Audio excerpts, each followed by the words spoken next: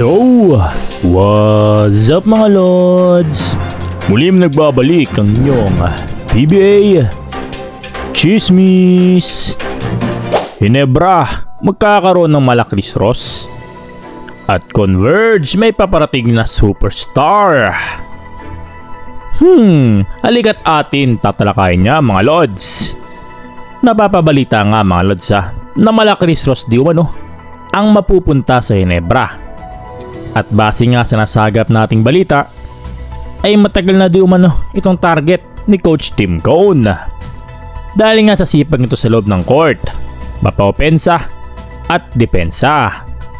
Tamang-tama nga ito mga lods dahil malapit na rin talaga magretiro ang kanilang point guard na si L.A. Tenorio.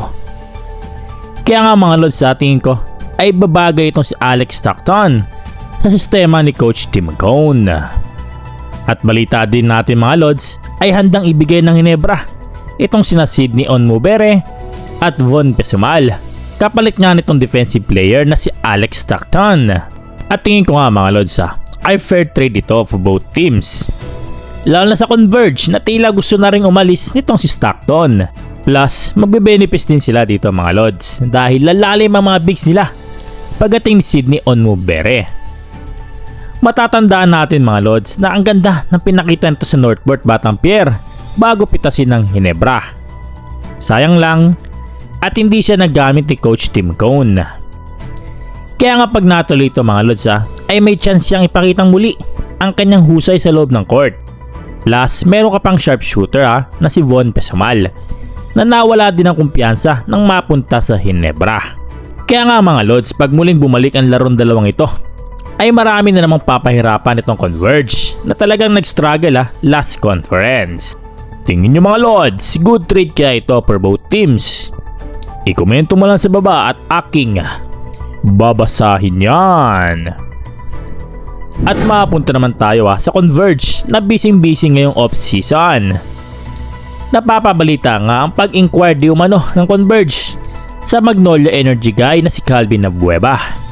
Matagal na palang target ito ng Converge, kabilang si Ian Sanggalang na mga bata nitong manager ng Converge na si Gob Pineda. Willing naman daw ang pakawalan ng Magnolia ito si Calvin Abueva. Basta ang kapalit nga lang ay si Justin Arana.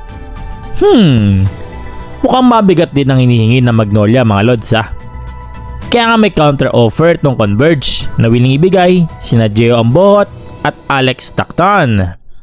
Ngunit wala pang tugon dito ang Magnolia. At para sa Magnolia mga lods, hindi na rin kawalan itong si Abueva. Dahil nga sa may naisangkot na namang trouble. At pangit na performance last finals kontra SMB. Plus, nag-improve na rin talaga ito si Aris Dionisio. Meron ka pang Eriobo So wala, hindi talaga nila ito mararamdaman kung sakaling mawawala si Calvin Abueva. At tingin ko rin mga lods parang hindi na rin siya masaya at gusto nang bumalik sa pader ng tatay-tatayan niya. Imagine mga lods, pag napunta si Abueva sa Converge ay talagang lalabas ulit ang dating angas nito sa court. At literal na siya lang ang superstar ng team. At posible nga dito pa sila maging kakampi ni Spider-Man Arwin Santos na napapabalita din na kinukuha ng Converge.